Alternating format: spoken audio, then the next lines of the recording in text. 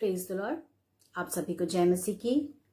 आज हम बहुत आनंदित हैं कि हम VBS के आखिरी दिन में पहुंच गए हैं और परमेश्वर ने बीते दिनों में हमें बहुत सी आशीषें दी हैं। इसलिए हम आइए परमेश्वर का धन्यवाद करें।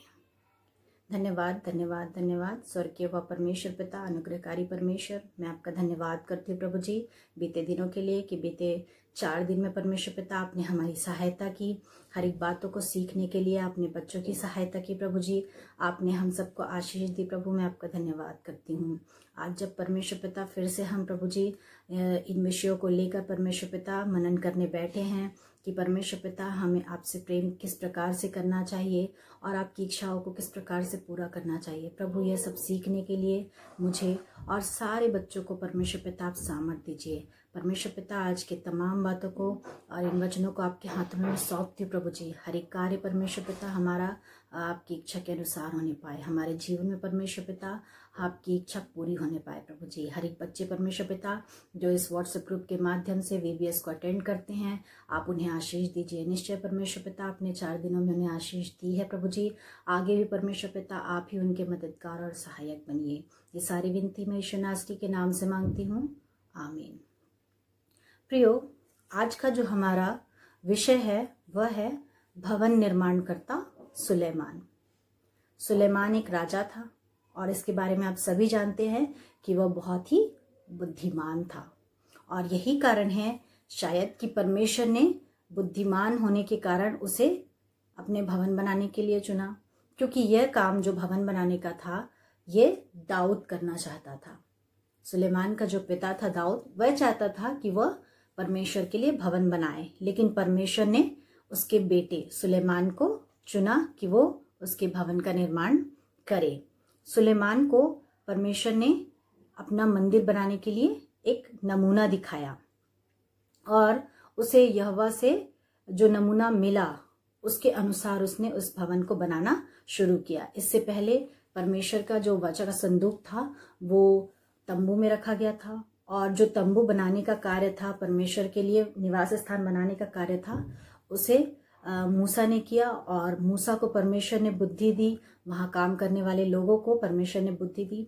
वैसे ही इस भवन को बनाने के लिए परमेश्वर ने सुलेमान को बुद्धि दी और उसे चुना कि वो इन सब कार्यों के लिए कार्य करे और इसमें दाऊद ने उसकी सहायता की। पहला इतिहास उसका 29वां अध्याय और उसके पहले वचन से, राजा दाऊद ने सारी सभा से कहा, मेरा पुत्र सुलेमान सुकुमार लड़का है और केवल उसी को परमेश्वर ने चुना है कि वह परमेश्वर के भवन का निर्माण करे और परमेश्वर ने उसे जिस प्रकार से चुना सुलेमान ने वैसा ही करना शुरू किया। इसके पहले दाऊद ये भी कहता है कि मैं तो अपनी शक्ति भर अपने परमेश्वर के भवन के लिए सोना, चांदी, पीतल, लकड़ी, जो भी चीजें जरूरत पड़ती है, मणियां, संगमरमर और सुलेमानी पत्थर, ये सब मैंने इकट्ठा करके पहले से ही रखा है।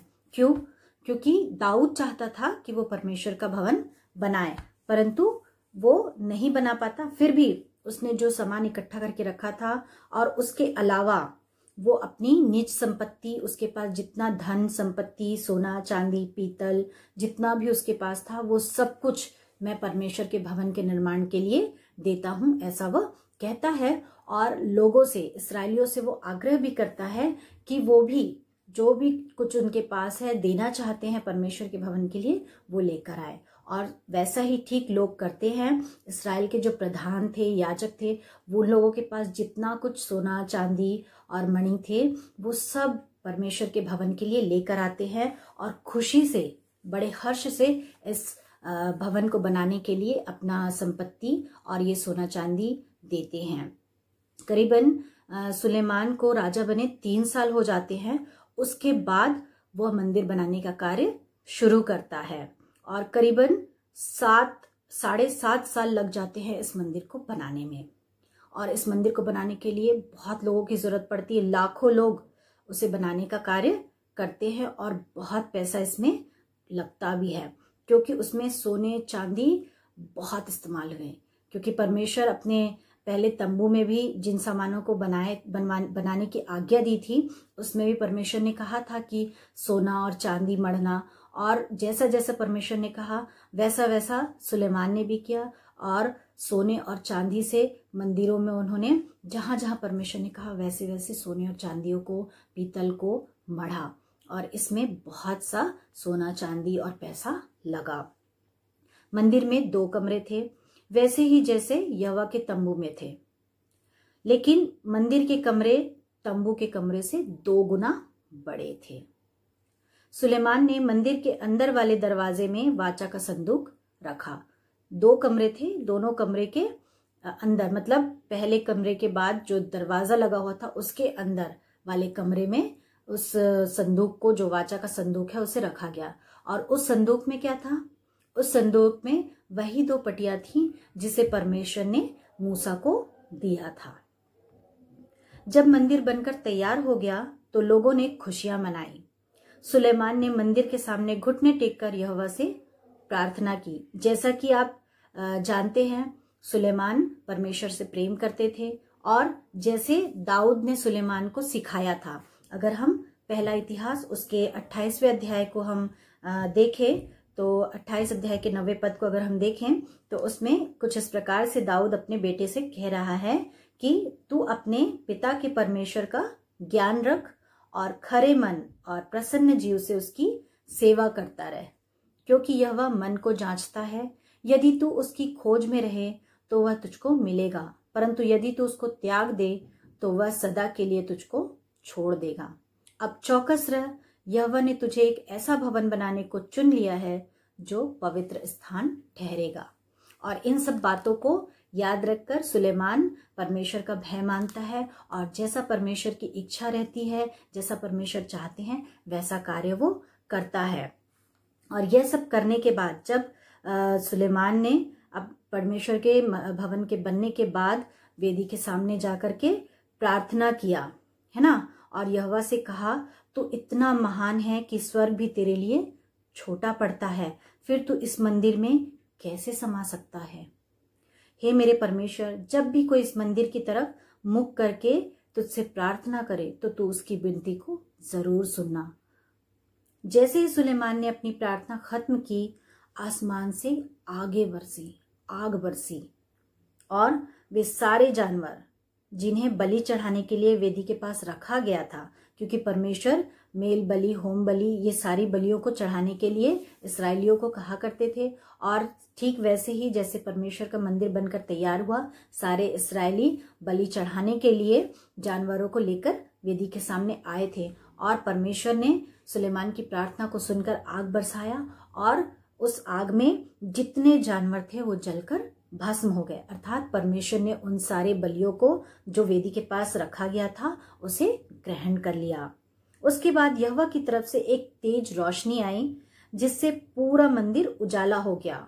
इससे लोग जान गए कि यहोवा इस मंदिर को बनाने से खुश है, और उसने सुलेमान की प्रार्थना सुन ली है, और लोग अब तंबू के बजाय मंदिर में आकर परमेश्वर की उपासना करने लगे।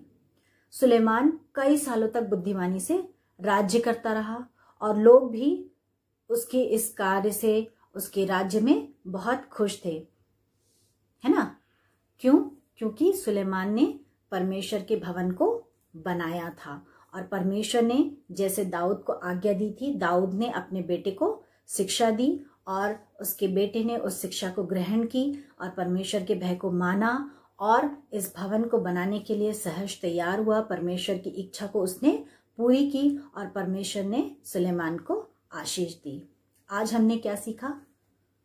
फिर से वही परमेश्वर के प्रेमी के बारे में, क्योंकि हमारी श्रृंखला ही है परमेश्वर के प्रेमी। और यहाँ भी हमने देखा दाऊद जो परमेश्वर का प्रेमी था, भले उसने परमेश्वर के लिए भवन नहीं बनाया, परमेश्वर ने उसे नहीं चुना, इसलिए उसने वो कार्य नहीं किया। चाहता तो वो कर सकता था, लेकिन परमेश्वर उसे आशीष नहीं देता। जैसा उसने परमेश्वर ने उससे कहा सुलेमान यह कार्य करेगा, उसने सुलेमान को यह शिक्षा दी कि वो परमेश्वर की आज्ञा को माने, और सुलेमान ने अपने पिता की इच्छा के अनुसार, परमेश्वर की आज्ञा के अनुसार उस मंदिर को बनाया, परमेश्वर की इच्छा को पूरी किया, और परमेश्वर ने उसे आशीष दी।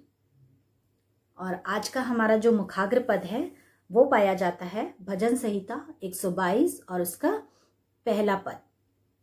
इसमें इस प्रकार लिखा है, जब लोगों ने मुझसे कहा कि हम यहोवा के भवन को चले, तब मैं आनंदित हुआ। जब लोगों ने मुझसे कहा कि हम यहोवा के भवन को चले, तब मैं आनंदित हुआ।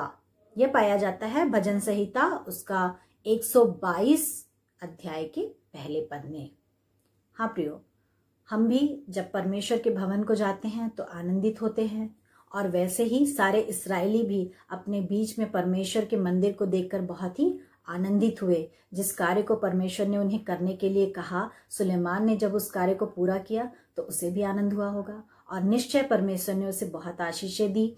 हम जैसे जानते हैं कि सुलेमान बहुत ही बुद्धिमान था, परमेश्वर ने उसे बहुत बुद्धि से परिपूर्ण किया था, वो बहुत ज्यादा बुद्धिमान था। और दाऊद को भी परमेश्वर ने बहुत आशीषें दी थी। क्यों? क्योंकि दाऊद भी परमेश्वर से प्रेम रखता था, उसकी आज्ञा के अनुसार चलता था। तो प्रियो, आज हमने जिस प्रकार से दाऊद और सुलेमान के बारे में सीखा, पिछले हमने 4 दिनों में परमेश्वर के सारे उन लोगों के बारे में जाना जो परमेश्वर से प्रेम रखते थे, उसकी आज्ञा के अनुसार चलते थे। हमारे इस VBS का, हमारे इस क्लास का, इस साल का जो थीम है, ये है चाहे दूर रहें चाहे पास रहें, पर हम उसे भाते रहें। हम कैसे भाएंगे परमेश्वर को? जब हम उसकी आज्ञाओं को मानेंगे, उसकी इच्छा के अनुसार चलेंगे, तो परमेश्वर को हम निश्चय ही पसंद आएंगे और परमेश्वर हमें आशीष देगा। आप सभी पूरे साल परमेश्वर के लिए कुछ ना कुछ अच्छा कार्य कीजिए, परमेश्वर को भाने वाला कार्य कीजिए, वही कार्य कीजिए जो परमेश्वर आपसे करवाना चाहता है। परमेश्वर की इच्छा को जानने का प्रयत्न कीजिए, उनके वचनों को पढ़िए और उसके अनुसार चलने का प्रयत्न कीजिए। निश्चय इन सारे लोगों की तरह परमेश्वर हमें भी आशीष देगा। आप सबको परमेश्वर ऐसे ही आशीष दे। धन्यवाद।